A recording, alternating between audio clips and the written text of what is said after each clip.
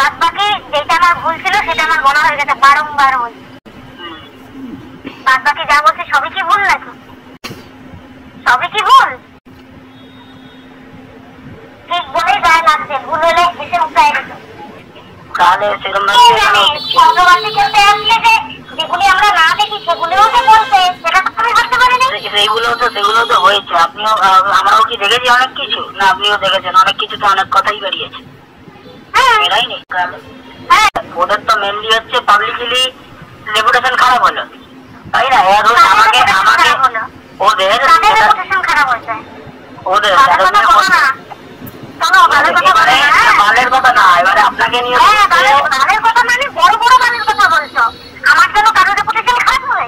আপনার জন্য না বলছি, সবাই বলছে মন্দিরারে, কত কিছু বলছে। মন্দিরের তো কোনো এফেক্ট নাই, মন্দিরের তো ইমেজ খারাপ হয়নি, মন্দিরের তো ভিউজ করেনি। আরে ওর তো যেটা করেছে সেটা মানুষ বলেছে, ওর তো যেটা করেছে সেটা মানুষ বলেছে, কিন্তু এর ক্ষেত্রে তো এই যে ধরুন যে ও শুধু না, আরো যারা করেছে, ঠিক আছে, যে এই যে শাশুড়ির এই, ঠিক আছে, তারপর ভাসুরের সাথে এই শাশুড়ি টাশুড়ি অনেক করে আছে,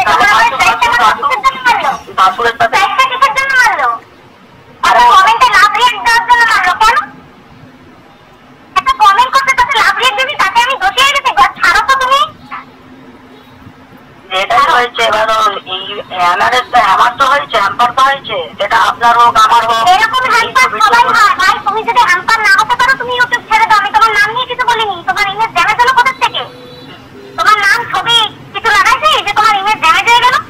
ওরকম ঠমকা ইমেজ নিয়ে ইউটিউবে থাকতে হবে না, সোশ্যাল মিডিয়াতে থাকতে হবে না। তো তাহলে ওই যে বলছেন যে এখন আমার নামে বলছে, আমার নাম বদনাম হচ্ছে, তাহলে ওটাও তো তাহলে বলতে সবাই বলবে যে তাহলে অত কিছু ধরে লাভ নেই, তোমারও নাম নিয়েছে নাকি, তোমারও কিছু বলেছে নাকি?